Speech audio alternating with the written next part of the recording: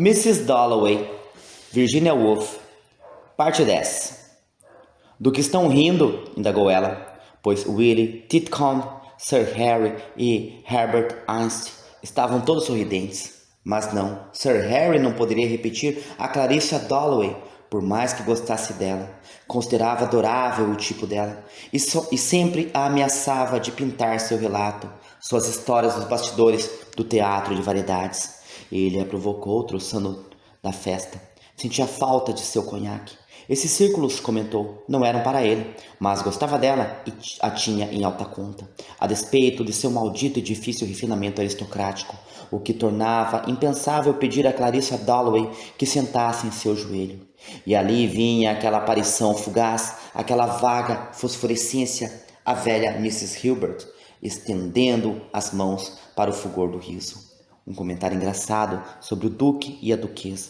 Um riso que, quando o ouviu desde o outro lado do salão, a tranquilizou sobre uma questão que, por vezes, a incomodava ao despertar mais cedo pela manhã e se sentir pouco à vontade para pedir à criada uma xícara de chá. A certeza de que um dia todos vamos morrer. Eles se recusam a nos contar suas histórias, disse Clarissa. Minha querida Clarissa, exclamou Mrs. Hilbert. Nessa noite, disse, ela lembrava demais sua mãe, como se a visse caminhando pelo jardim com um chapéu cinza. E os olhos de Clarissa ficaram marejados de lágrimas, sua mãe caminhando pelo jardim, mas infelizmente ela precisava ir, pois ali estava o professor Brierly, que dissertava sobre Milton, conversando com o diminuto Jim Hutton, que era incapaz, mesmo para uma recepção como esta, de combinar a gravata e o colete, ou manter assentado o cabelo, e mesmo de longe ela notou que discutia, pois o professor Brierly era de fato um sujeito muito bizarro, mesmo com todos aqueles títulos, honrarias e cátedras a separá-lo dos escrevinhadores. Ele desconfiava imediatamente de qualquer atmosfera desfavorável à estranha mistura que o caracterizava, a sua erudição e timidez prodigiosas, o seu encanto gélido, desprovido de cordialidade, a sua inocência mesclada de snobismo.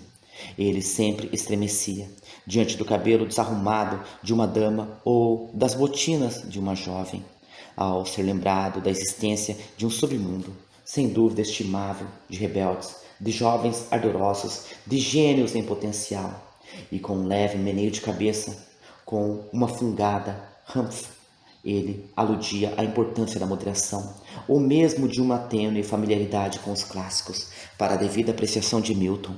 O professor Brierly, era óbvio para Clarissa, não estava se entendendo bem com o diminuto Jim Hutton, que calçava meias vermelhas, pois as pretas estavam na lavanderia. A respeito de Milton, ela os interrompeu. Comentou que adorava Bach, Hutton também. Era o vínculo que os unia, e Hutton, um poeta muito sofrível, sempre considerou Mrs. Dalloway de longe a melhor das grandes damas que demonstravam interesse pela arte. Curioso o quão rigoroso ela era. Quanto à música, ela se mostrava de uma imparcialidade total. Chegava a ser até um pouco pedante, mas tinha um aspecto absolutamente encantador. E eram tão agradáveis as recepções em sua casa, não fosse pelos professores que convidava. Por um instante, Clarissa quase o arrebatou para que tocasse piano no salão dos fundos, pois ele tocava divinamente. Mas com esse barulho, exclamou ela, com esse barulho, é o que distingue uma festa bem-sucedida. Assentindo com urbanidade, o professor afastou-se delicadamente. Ele sabe tudo sobre Milton, comentou Clarissa. Será mesmo? Replicou Hutton, que depois iria arremedar o professor por todos os cantos de Hampstead. O professor e suas ideias sobre Milton, o professor e suas ideias sobre a moderação, o professor afastando-se delicadamente. Mas preciso ir falar com esse casal, disse Clarissa, Lord Gayton e Nancy Blau. Não que eles contribuíssem de forma perceptível para o ruído da festa, não estavam conversando, pelo que se notava. Ali, parados, um ao lado do outro, perto das cortinas amarelas. Logo sairiam juntos para algum outro lugar, e em qualquer circunstância nunca tinham muito a dizer. Eles observavam, isso era tudo, isso lhes bastava. Dava a impressão de serem tão impecáveis, tão sadios, ela com a face adamascada pela maquiagem, mas ele escovado e lavado, com olhos de pássaro que não o deixavam ser surpreendido por nenhuma bola ou jogada. Ele saltava e rebatia com toda a precisão, bem no alvo. As bocas das montarias tremiam sob suas rédeas. Em sua propriedade acumulava troféus, monumentos ancestrais, estandartes na capela. Tinha seus deveres, seus arrendatários, mãe e irmãs. Passara o dia todo no Lord's e era disso que estavam falando. Cricket, primos, filmes. Quando Mrs. Dalloway se aproximou, Lord Gayton a apreciava imensamente, assim como Miss Blau. Ela era uma anfitriã encantadora. Que maravilhoso, que ótimo vê-los aqui, disse. Ela adorava o Lord's, adorava a juventude, e Nancy, vestida a peso de ouro pelos maiores artistas de Paris, ali ficou, como se seu corpo tivesse simplesmente segregado, por conta própria, um babado verde. Minha intenção inicial era que tivesse dança, disse Clarissa, pois os jovens não sabiam conversar. E por que deveriam? Gritar, se abraçar, dançar, ficar acordado até o amanhecer, levar açúcar para os cavalos, beijar e acariciar os focinhos dos adoráveis chau-chaus e depois, transpirando ofegantes, mergulhar na água e nadar. Mas os imensos recursos da língua inglesa, o poder por esta proporcionado, no fim das contas, de exprimir os sentimentos, na idade deles, ela e Peter ficariam discutindo a noite toda. Não eram para os jovens. Eles logo se calcificariam, seriam extraordinariamente bondosos para com as pessoas na propriedade, mas sozinhos talvez um tanto aborrecidos. Que pena, disse ela, estava achando que iria dançar. Era tão incrivelmente amável da parte deles ter vindo, mas como se poderia dançar? Os salões estavam apinhados. Lá estava a velha tia Helena, com seu chale. Infelizmente, tinha de deixá-los, a Lord Gayton e Nancy Blau. Precisava falar com a tia, a velha Miss Perry, pois Miss Helena Perry não estava morta. Miss Perry estava bem viva, já passada dos 80. Subia lentamente as escadas com a bengala e foi acomodada em uma cadeira. Richard cuidou disso. Aqueles que haviam conhecido a Birmânia nos anos 70 sempre eram convocados para conhecê-la. Onde estava Peter? Eles costumavam ser tão bons amigos. A mansão da Índia, ou mesmo do Ceilão. O olho dela, o outro era de vidro. Aos poucos se toldava e se azulava, fitando não seres humanos, pois não guardava boas recordações nem grandes ilusões acerca de vice-reis, generais, motins, mas orquídeas e desfiladeiros montanhosos, e ela mesma, nos anos 60, sendo carregada nas costas de cules até picos solitários, ou descendo para colher orquídeas, flores assombrosas e jamais vistas, que depois reproduzia em aquarelas, uma inglesa indômita, que a guerra só perturbou, por exemplo, com a explosão de uma bomba diante de sua porta, distraindo-a de sua profunda meditação sobre orquídeas e sua própria figura viajando nos anos 60 pela Índia. Mas ali estava Peter. Vamos conversar com a tia Helena sobre a Birmânia, disse Clarissa. Mas ainda não trocaram uma palavra com ela a noite toda. Depois conversamos, disse Clarissa, levando-o até a tia Helena com seu chale branco e sua bengala. Peter Walsh, apresentou-lhe Clarissa. O nome não lhe despertou nenhuma lembrança. Clarissa fizera questão de convidá-la. Eram cansativas e barulhentas as festas, mas Clarissa convidara. Por isso viera. Era uma pena que morassem em Londres, Richard e Clarissa. Pelo menos para a saúde de Clarissa, seria melhor que vivessem no campo. Mas Clarissa sempre gostara da sociedade. Peter também esteve na Birmânia, disse Clarissa. Ah, então não poderia deixar de mencionar o que Charles Darwin dissera sobre o livreto que publicara sobre as orquídeas da Birmânia. Clarissa se afastou, dizendo que precisava falar com Lady Bretton. Sem dúvida já caíra no esquecimento o livro dela sobre as orquídeas da Birmânia, mas chegou a ter 3 edições antes de 1870, contou a Peter. Ah, agora ela se lembrava. Ele estivera em Burton e a havia abandonado na sala, lembrou Peter Walsh, sem se despedir, naquela noite em que Clarissa o chamou para passear de barco. Richard gostou muito de sua recepção no almoço, comentou Clarissa com Lady Bretton. Richard foi extremamente prestimoso, replicou Lady Bretton. Ele me ajudou a escrever uma carta. E você, como está?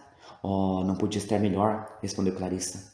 Lady Bretton detestava quando as mulheres dos políticos ficavam doentes. E lá vem o Peter Walsh, comentou Lady Bretton, pois nunca lhe ocorria nada para dizer a Clarissa, embora gostasse dela. Tinha muitas qualidades excelentes, mas não tinham nada em comum. Ela e Clarissa. Teria sido melhor se Richard tivesse casado com uma mulher menos charmosa, capaz de ajudá-lo mais em seu trabalho. e ele perdera a oportunidade de fazer parte do gabinete ministerial. Eis Peter Walsh, disse ela, dando a mão para esse adorável pecador. Esse sujeito extremamente capaz que poderia ter se destacado, mas nada fez, sempre em dificuldade com mulheres. E claro, a velha Miss Perry, uma senhora maravilhosa. Lady Brutton parou ao lado da cadeira de Miss Perry, uma granadeira fantasmagórica, e convidou Peter Walsh para o almoço. Cordial, mas incapaz de manter uma conversa ligeira, não se recordando de nada da flora e fauna da Índia. Estivera lá, evidentemente, hospedada por 3 vice-reis. Achava alguns dos funcionários indianos extraordinários, mas que tragédia aquilo! A situação da Índia. Agora mesmo o primeiro-ministro estivera lhe falando disso. A velha Miss Perry, envolta no chale, não tinha o menor interesse pelo que o primeiro-ministro acabara de contar. E Lady Brutton gostaria muito de saber a opinião de Peter Walsh, que acabara de chegar do centro dos acontecimentos, e arranjaria para que Sir Sampson o recebesse, pois aquilo, na verdade, lhe tirava o sono. Essa insanidade, esse escândalo, arriscava dizer, sendo ela mesma filha de militares. Agora estava velha e não servia para muita coisa. Mas sua casa, seus criados, sua boa amiga Millie Brush, ele ainda se lembrava dela? Estavam todos à disposição, se pudessem ser de alguma serventia, enfim, pois jamais falava da Inglaterra, mas essa ilha viril, essa queridíssima ilha, estava em seu sangue, sem ter lido Shakespeare. E se alguma vez fosse concedido a uma tropa governar com justiça implacável as hordas bárbaras, ou ser enterrada sob um escudo sem nariz em uma igreja ou em um túmulo coberto de relva sob uma antiga colina, essa mulher seria Millicent Brutton, desprovida por seu sexo e também pelos estudos precários da capacidade lógica. Era incapaz, como se viu, de escrever uma carta para o Times. Ela sempre trazia à mão a ideia do império, e graças à sua associação com essa deusa encoraçada, adquirira sua beligerância, seu porte robusto, de modo que era impossível, mesmo na morte, imaginá-la apartada de sua terra natal, ou perambulando por territórios sobre os quais, sob alguma forma espiritual, a Union Jack tivesse deixado de tremular. Deixar de ser inglesa, mesmo entre os mortos, não, impossível. Mas era mesmo Lady Brutton que estava ali? Ela chegara a conhecê-la. E Peter Walsh, já de cabelos brancos? Perguntou-se Lady Rossiter, que havia sido Sally Seton. A senhora idosa era sem dúvida Miss Perry, a tia velha que costumava ficar tão contrariada quando ela se hospedava em Burton. Jamais iria esquecer a ocasião em que atravessou nua o corredor e foi repreendida por Miss Perry. E Clarissa, Clarissa, Sally a agarrou pelo braço. Clarissa parou ao lado deles. Mas não posso ficar, disse. Volto daqui a pouco, esperem por mim, disse a Peter e Sally.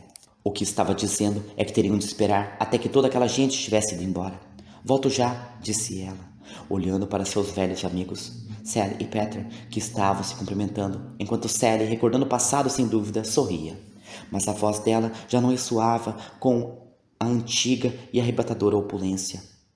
Os olhos não brilhavam como antes. Na época em que fumava charutos, corria pelo corredor para buscar sua esponja de banho sem nada para cobrir o corpo. E Ellen Atkins perguntava: e se os cavalheiros a tivessem visto? Mas todos a perdoavam. Ela surrupiou um frango da despensa quando sentiu fome à noite. Fumava charutos no quarto. Esqueceu no bote um livro de valor incalculável. Mas todos a adoravam, com exceção talvez de papai, por sua simpatia, por sua vitalidade.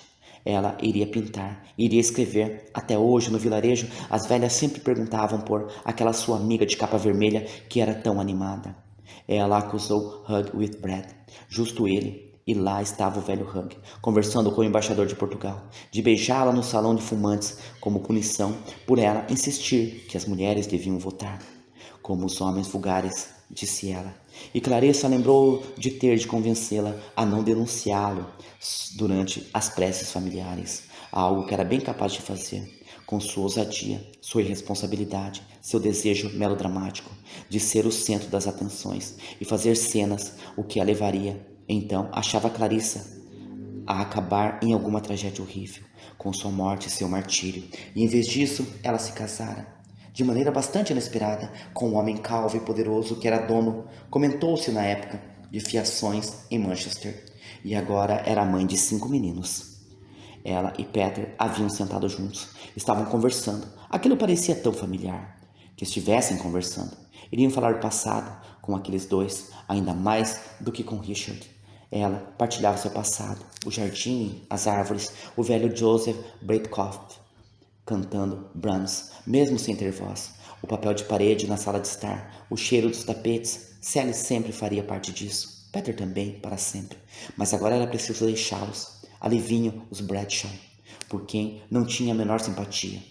Precisa ir até Lady Bradshaw, de cinza e prata, adernando como um leão marinho à beira do tanque, implorando por convites, duquesas, a típica mulher de um homem bem-sucedido. Precisa ir até Lady Bradshaw e dizer. Mas Lady Bradshaw se antecipou. Estamos terrivelmente atrasados, minha cara Mrs. Dalloway. Mal tivemos coragem de entrar, disse. E Sir William, com aparência muito distinta, de cabelos grisalhos e olhos azuis, confirmou. Não haviam conseguido resistir à tentação. Estava conversando com Richard, provavelmente, sobre o projeto de lei que queriam ver aprovado na Câmara dos Comuns. Porque a mera visão dele, conversando com Richard, fazia com que ficasse crispada.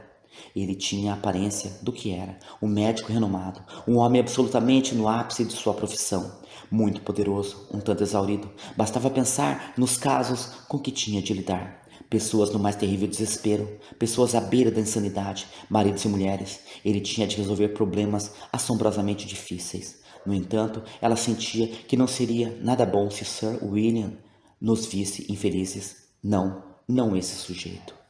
Como vai seu filho em Eton? Perguntou a Lady Bradshaw. Ele acabara de perder o lugar na equipe de cricket, comentou Lady Bradshaw, por causa da cachumba. Porém, mais do que ele, quem ficou preocupado mesmo foi o pai, que, na opinião dela, não passava de um menino grande. Clarissa fitou Sir William, que conversava com Richard. Não tinha nada de menino, nem de longe parecia um menino. Certa vez, ele fizera companhia a alguém que fora lhe pedir conselhos. Ele se mostrara de uma correção a toda prova, extremamente sensível. Mas céus, que alívio sentira ao se ver na rua. Havia um pobre diabo soluçando na sala de espera, lembrou. Mas ela não sabia bem o que a incomodava em Sir William, o que exatamente desgostava nele. Richard era da mesma opinião, não gostava do estilo nem do cheiro dele. Mas que ele era muito competente, isso era inegável. Agora conversavam a respeito do projeto de lei. Em voz baixa, Sir William contava algum caso. Tinha a ver com o que estava comentando acerca dos efeitos retardados dos traumas de guerra. Era preciso haver alguma estipulação no projeto de lei. Baixando a voz também, atraindo Mrs. Dalloway para a cumplicidade de uma feminilidade comum, de um orgulho comum pelas ilustres qualidades dos maridos e pela lamentável propensão deles a trabalhar em excesso. Lady Bradshaw, pobre tonta, não havia como desgostar dela. Sussurrou que, bem na hora em que estávamos saindo, meu marido foi chamado ao telefone. Uma história muito triste. Um rapaz, isso é o que Sir William contava a Mr. Dalloway. Havia se suicidado.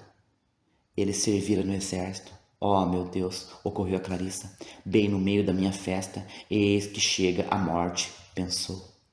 Ela seguiu em frente, até a saleta, onde o primeiro-ministro havia conversado com Lady Bretton. Talvez houvesse alguém ali, mas não havia ninguém. As poltronas ainda guardavam as marcas do primeiro-ministro e de Lady Bretton. Ela inclinada respeitosamente, ele acomodado de maneira sólida e peremptória. Haviam conversado sobre a Índia, agora não havia ninguém ali. O esplendor da festa parecia desmoronar de uma vez. Tão estranho era ver-se ali sozinha, toda vestida de gala. Que direito tinham os Bradshaw de falar da morte em uma festa? Um rapaz havia se matado. E comentavam isso em sua festa. Os Bradshaw falavam da morte. Ele havia se matado. Mas como? Sempre que lhe contavam de um acidente, o corpo dela o revivia de maneira imediata e súbita. Seu vestido se inflamava, seu corpo ardia. Havia se atirado de uma janela.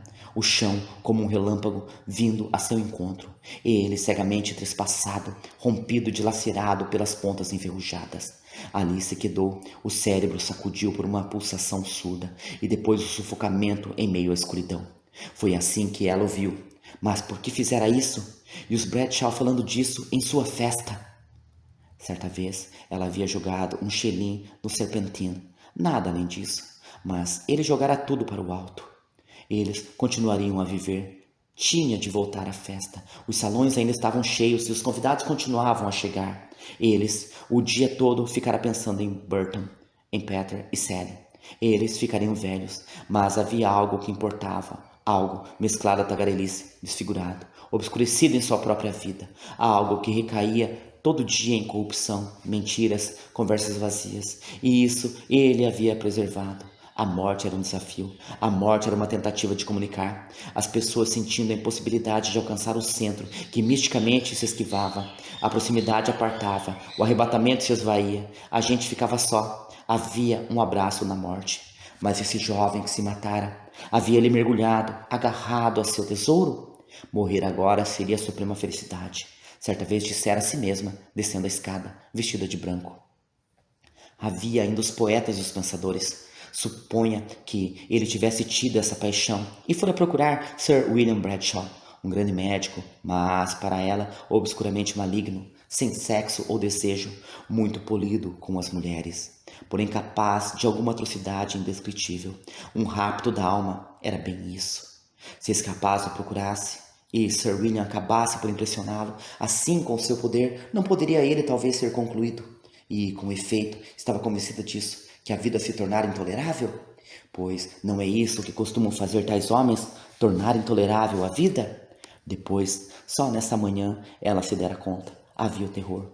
Essa incapacidade assoberbante colocada em nossas mãos pelos pais, essa existência para ser vivida até o fim.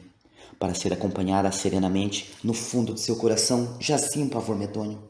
Mesmo agora, quantas vezes não teria perecido, se Richard não tivesse ali, lendo o Times, permitindo a ela se encolher como um pássaro e pouco a pouco recobrar o calor, fazer com que essa alegria imensa se inflamasse, raspando um toco de madeira no outro, uma coisa na outra.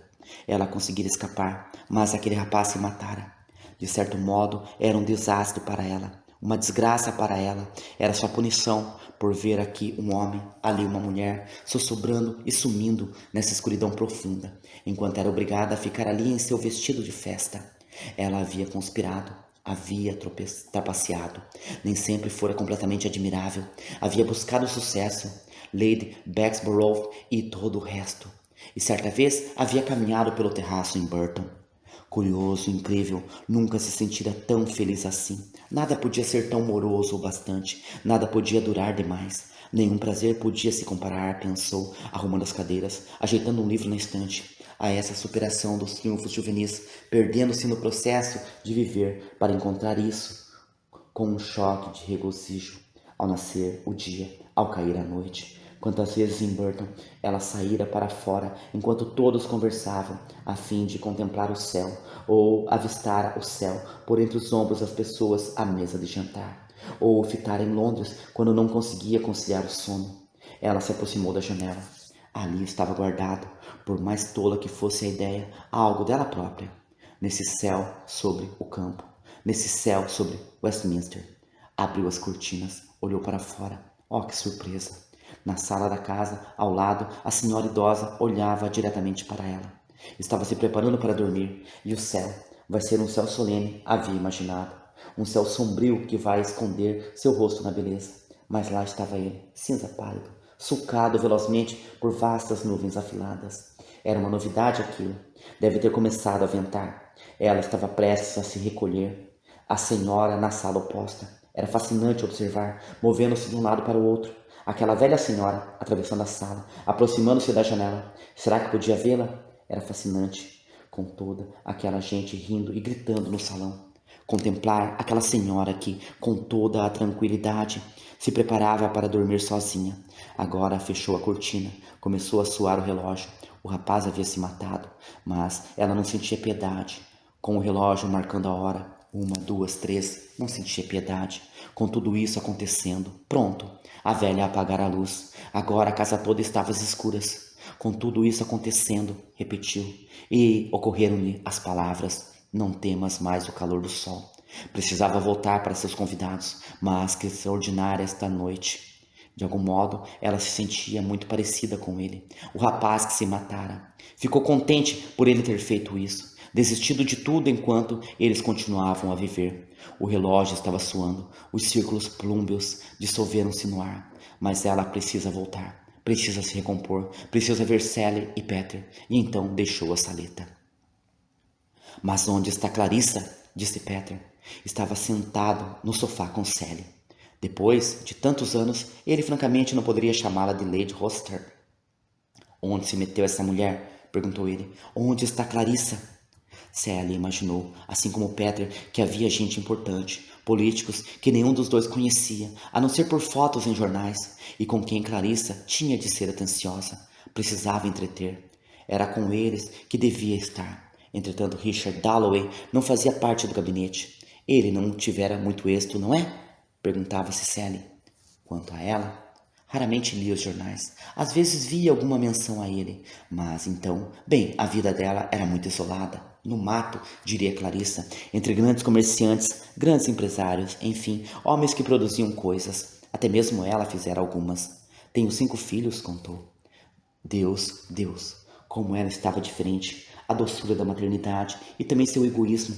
A última vez que se viram, lembrou Peter, fora entre as couves, sob o luar, as folhas, como bronze bruto, dissera ela com sua veia literária, e colhera uma rosa. Havia andado com ele de um lado para o outro naquela noite terrível, depois de acenar na fonte. Ele iria tomar o trem da meia-noite. Céus! Ele havia chorado. Eis aí o velho truque dele, ficar mexendo no canivete, pensou Sally, sempre abrindo e fechando o canivete quando ficava excitado. Eles haviam sido muito íntimos, ela e Peter Walsh, na época em que ele se apaixonou por Clarissa. E houve aquela cena medonha e ridícula no almoço por causa de Richard Dalloway.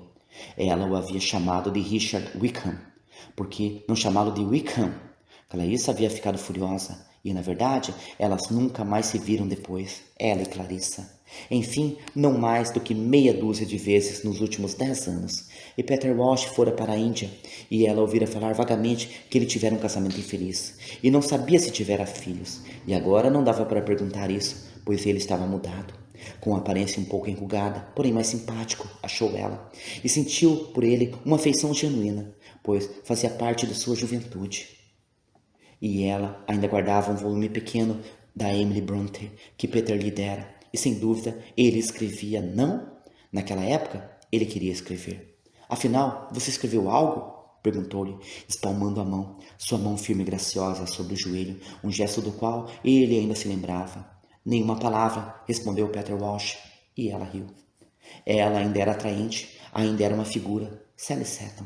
Mas quem era essa Rossiter? Ele se enfeitou com 2 camélias no dia do casamento. Isso era tudo que Peter sabia. Eles têm miríades de criados, estufas que se estendem por milhas, escreveu-lhe Clarissa. Algo assim. Sally admitiu tudo com uma gargalhada. É verdade, agora tem uma renda de 10 mil por ano. Mas se isso era antes ou depois dos impostos, ela não se lembrava. Pois seu marido, que você tem de conhecer, disse ela, e de quem você vai gostar, disse, cuidava de tudo. E Sally costumava andar em andrajos. Havia penhorado o anel que o bisavô ganhara de Maria Antonieta. Era isso mesmo? Para ir a Burton. É verdade, recordou Sally. Ainda estava com ela um anel com rubi que Maria Antonieta dera a seu bisavô. Na época, ela não tinha nenhum níquel e sempre passava por apuros para ir a Burton. Mas as estradas ali haviam sido tão importantes para ela. Haviam preservado sua sanidade, acreditava. Tão infeliz estava em sua casa. Mas tudo isso ficara no passado. Tudo era passado, disse ela. E Mr. Perry estava morto. Miss Perry continuava viva. Nunca em toda sua vida ele ficara tão chocado, comentou Peter. E ele tinha certeza absoluta de que ela havia falecido. E o casamento fora, presumia Sally um sucesso? E aquela jovem tão bela e tão segura de si devia ser Elizabeth, do outro lado, junto à cortina de rosa. Ela era como um chopo, como um rio, como um jacinto, estava pensando Willie Titcomb. Oh, como era muito melhor ficar no campo e fazer só o que lhe dava prazer. Dava para ouvir o pobre cão latindo. Elizabeth estava convencida. Ela não tem nada de Clarissa, disse Peter Walsh. Oh, Clarissa, disse Sally. O que Sally sentiu foi simplesmente isso. Devia tanto a Clarissa. Haviam sido amigas, não conhecidas, mas amigas. E ainda conseguia ver Clarissa, toda de branco, andando pela casa com as mãos cheias de flores. Até hoje, as plantas de tabaco faziam com que se lembrasse de Burton. Porém, será que Peter se dava conta? Faltava-lhe algo. O que exatamente? Era cativante, era extremamente cativante. Mas, para ser franca, e ela sentia que Peter era um velho amigo, um amigo de verdade. Que importava a ausência? Que importava a distância? Quantas vezes não sentiu vontade de lhe escrever, mas acabava rasgando a carta. E, mesmo assim, sabia que ele iria entender, pois as pessoas entendem mesmo quando as coisas não são ditas. Nos damos conta ao envelhecer, e envelhecida ela estava. Naquela tarde, fora a Eton visitar os filhos que estavam com cachumba. Para ser bem franca, portanto, como Clarissa pôde ter feito isso? Casar-se com Richard Dalloway, um caçador, um sujeito que só ligava para os cães. Quando entrou na sala, ele literalmente cheirava a estábulo. E depois de tudo isso, ela assinou com a mão. Era Hugh with Brad, passeando de colete branco, opaco, gordo, absorto, com um olhar indiferente a tudo, exceto o amor próprio e a própria comodidade. Ele não vai nos reconhecer, comentou Sally, e na verdade ela não tinha a coragem. Então ali estava Hugh, o adorável Hugh. E o que ele faz na vida? Perguntou a Petra. Mostrava as botas do rei ou contava as garrafas em Windsor, respondeu Petra. Ah, Peter ainda tinha a língua ferina, mas Sally tinha de lhe contar a verdade, continuou Petra. E aquele beijo com Hugh nos lábios, confirmou ela, uma noite na sala de fumantes. Furiosa, saiu de lá direto para contar a Clarissa. Hugh era incapaz de fazer algo assim, disse Clarissa, o adorável Hugh. As meias de Hugh eram, sem exceção, as mais bonitas que já vira. E agora esse traje de gala dele, impecável. E ele tem filhos? Todo mundo aqui tem 6 filhos em Eton, replicou Petra, com exceção dele. Graças a Deus não tinha nenhum. Nem filhos, nem filhas, nem mulher. Bem, não parecia se importar com isso, disse Sally. E parecia mais jovem, pensou ela, do que todos os outros. Porém, sob muitos aspectos, foi uma tolice fazer aquilo, disse Petra. Casar-se daquela maneira. Ela foi uma tonta arrematada, disse ele. Mas, em seguida, foi uma época maravilhosa para nós. Mas como podia ser isso? Perguntou-se Sally. O que ele queria dizer? E que estranho era conhecê-lo e ao mesmo tempo não saber absolutamente nada do que havia ocorrido. Teria dito isso por orgulho? É bem provável, pois afinal deve ter sido duro. Embora fosse um excêntrico, uma espécie de duende, nem de longe um homem comum. Deve ser solitário, com essa idade, não ter um lar, nenhum lugar para voltar. Mas ele precisa ir visitá-los e ficar com eles por semanas e semanas. Claro que iria. Ele adoraria passar um tempo com eles, e foi assim que a coisa saiu. Em todos esses anos, nenhuma vez os Dalloway tinham ido visitá-la, e ela se cansara de convidá-los. Clarissa, pois claro que era Clarissa. Clarissa era no fundo uma snob. Não havia como negar, uma snob.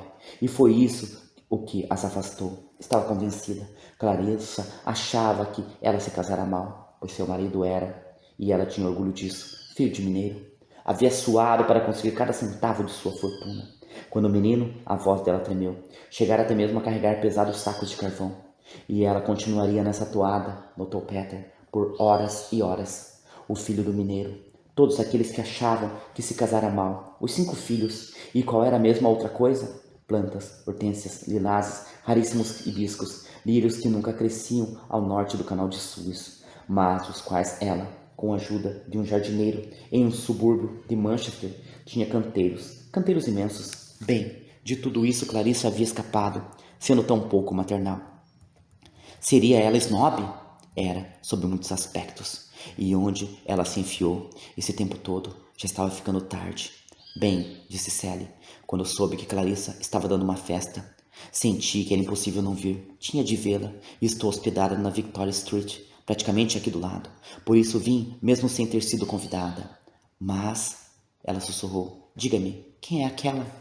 Era a Mrs. Hilbery, tentando achar a saída, pois, como estava tarde, e murmurou ela, enquanto a noite avançava e as pessoas saíam, a gente sempre topa com velhos amigos, com cantos e recessos tranquilos, e com as vistas mais adoráveis. Sabiam eles, perguntou ela, que em volta havia um jardim encantado? Luzes e árvores, e maravilhosos lagos reluzentes e o céu. Apenas algumas lanternas de papel, dissera Clarissa, no jardim dos fundos. Mas ela era uma feiticeira. Era um parque. E ele não sabia os nomes deles, mas tinha certeza de que eram amigos, amigos sem nomes, canções sem letras, sempre as melhores. Mas havia tantas portas, tantos locais inesperados. Ela não conseguia achar o caminho para a rua. A velha Mrs. Hilbert, disse Peter. Mas quem era aquela? Aquela senhora que ficara de pé junto à cortina a noite toda, sem conversar com ninguém? Ele conhecia aquele rosto e o associou a Burton. Não era ela que ficava costurando roupas debaixo, na grande mesa, perto da janela? Davidson. Será que era esse o nome? Oh, é Ellie Henderson, disse Sally. Clarissa era muito dura com ela. Era uma prima muito pobre. Clarissa era dura com os outros. É verdade, um pouco, disse Peter. Ainda assim, retomou Sally, à sua maneira emotiva, tomada daquele entusiasmo que antes a tornava tão cativante para Peter, mas que agora o assustava um pouco. Tão efusiva podia se tornar. Como Clarissa era generosa para com os amigos, e como, pensando bem, era rara tal qualidade. E como por vezes, à noite ou no Natal, quando pensava em suas bênçãos, ela colocava aquela amizade acima de tudo. Eles eram jovens, era isso. Clarissa tinha um coração puro, era isso. Peter provavelmente a achava sentimental, e era mesmo, pois tinha se convencido de que havia apenas uma coisa que valia a pena dizer, aquilo que a gente sentia. A inteligência era uma tolice. O que se precisava era dizer sempre o que se sentia. Mas eu não sei, disse Peter Walsh, o que sinto. Coitado do Peter, pensou Sally. Por que Clarissa não vinha conversar com eles? Era isso o que ele mais queria. Ela bem o sabia. Todo esse tempo ele estava pensando só em Clarissa e brincando com o canivete. Ele não havia achado nada simples a vida, disse Peter. O relacionamento com Clarissa não fora nada simples e havia lhe estragado a vida, disse Peter. Haviam sido tão íntimos, ele e Sally Seton. Era absurdo não dizer isso. Não dá para a gente se apaixonar duas vezes, disse ele. E o que podia ela responder? Ainda assim, é melhor ter amado. Mas ele a acharia sentimental. Ele costumava ser tão ferino. Ele tinha mesmo de ir visitá-los e passar um tempo em Manchester. Tudo isso é verdade, disse ele, a mais pura verdade. Ele adoraria ir e passar um tempo com eles, assim que tivesse concluído o que viera fazer em Londres. E Clarissa gostava mais dele do que jamais gostou de Richard. Quanto a isso, Sally não tinha dúvidas. Não, não, não, disse Peter. Sally não deveria ter dito isso. Ela fora longe demais. Aquele excelente sujeito, lá estava ele, na outra ponta do salão, sempre firme, sempre o mesmo, o bom e velho Richard. Com quem estava conversando? Perguntou Sally. Aquele sujeito de aparência extremamente distinta? Morando no mato, como era o caso dela, tinha uma curiosidade insaciável para saber quem eram as pessoas. Mas Peter não fazia a menor ideia. Tampouco simpatizava com seu jeito. Disse provavelmente um membro do gabinete. De todos, Richard parecia-lhe o melhor, disse, o mais desinteressado. Mas o que ele fez? Perguntou Sally. O que fazem os funcionários públicos? Imaginava ela. E eram felizes juntos? Perguntou Sally. Ela mesma era muito feliz, pois, admitiu, nada sabia deles. Apenas tirava suas conclusões, como se costuma fazer, pois o que é possível conhecer até mesmo daqueles com quem convivemos todos os dias? Perguntou ela. Não somos todos prisioneiros? Ele lera uma peça maravilhosa sobre um sujeito que rabiscava nas paredes de sua cela e sentira que isso valia também para a vida, esse rabiscar na parede. Desenganada dos relacionamentos humanos, as pessoas eram tão difíceis. Ela costumava se recolher ao jardim e suas flores lhe transmitiam uma paz que jamais encontrava em homens e mulheres. Mas não, ele não apreciava as couves, preferia os seres humanos, disse Peter. Sem dúvida, os jovens são belos, disse Sally, fitando Elizabeth no outro lado do salão. O quão diferente de Clarissa nessa idade. Conseguia ele fazer alguma ideia dela? Ela não abria a boca. Não muito, é verdade, ainda não, admitiu Peter. Ela era como um lírio, disse Sally, um lírio junto ao lago. Mas Peter não concordava, que não podemos conhecer nada. Sabemos tudo, disse ele. Pelo menos ele sabia. Mas esses dois, sussurrou Sally, esses dois que estão vindo para cá, e na verdade preciso ir embora, se Clarissa não aparecer logo. Esse sujeito tão distinto, e sua mulher, de aparência um tanto vulgar, que estavam conversando com Richard. O que se pode saber sobre pessoas assim? Que são os malditos impostores, disse Peter, olhando-os distraidamente. Sally riu com um comentário. Mas Sir William Bradshaw parou junto à porta para examinar um quadro. Espiou no canto em busca da assinatura do gravador. A mulher dele fez o mesmo. Sir William Bradshaw tinha tanto interesse pela arte. Quando éramos jovens, disse Peter, ficávamos excitados demais para conhecer gente. Agora que estamos velhos, no meu caso 52 para ser exato. Sally tinha 55. Fisicamente, disse ela, mas seu coração ainda era o de uma jovem de 20. Agora que estamos maduros, disse Peter, então podemos observar, podemos entender e mesmo assim não perdemos a capacidade de sentir, disse ele. Bem, lá isso é verdade, disse Sally. Ela sentia com mais força, mais paixão a cada ano que passava. É algo que só fica mais intenso, disse ele. Infelizmente, talvez, mas devemos ser gratos por isso. Só foi se intensificando em sua experiência. Ele encontrara alguém na Índia. Gostaria que Célia conhecesse. Ela era casada, disse ele. Tinha 2 pequenos filhos. Que todos fossem a Manchester, disse Célia. Ele tinha de prometer isso antes de ir embora. Elizabeth, por exemplo, disse ele, não sente nem a metade do que nós, ainda não. Mas, replicou Sally, observando Elizabeth, que se aproximava do pai, é óbvio o quanto são apegados um ao outro. Ela podia sentir isso no modo como Elizabeth se aproximou do pai, pois o pai dela a estivera fitando enquanto conversava com os Bradshaw, e se perguntara, mas quem é aquela jovem adorável? De repente deu-se conta de que era a sua Elizabeth, que não a reconhecera, e ela estava tão graciosa em seu vestido rosa. Elizabeth havia notado o olhar dele enquanto conversava com Willie Titcomb. Por isso, foi até o pai e ficaram juntos, agora que a festa chegava ao fim, olhando aqueles que partiam, e os salões que iam se esvaziando, com coisas dispersas pelo chão. Até mesmo Ellie Henderson estava de partida. Foi quase a última a sair, embora ninguém tenha lhe dirigido a palavra, mas ela queria ver tudo, a fim de contar a Edith. E Richard e Elizabeth estavam um pouco contentes de que havia acabado. Mas Richard também estava orgulhoso da filha, e não pretendia lhe dizer nada, mas foi incapaz de resistir. Ele a vira, disse, e afinal se perguntado, mas quem é aquela jovem adorável? E era sua própria filha. Isso fez com que ela se sentisse feliz, mas seu pobre cão estava ganhando. Richard melhorou. Você tem razão, disse Sally. Vou até lá conversar com ele. E me despedir. O que importa, o cérebro, disse Lady Rossiter, quando comparado ao coração. Também vou, disse Peter, mas permaneceu sentado um pouco mais. Que terror é este? Que exaltação é esta? Pensou consigo mesmo. O que é essa excitação extraordinária que toma conta de mim? É Clarissa, disse ele, pois ali estava ela. Fim.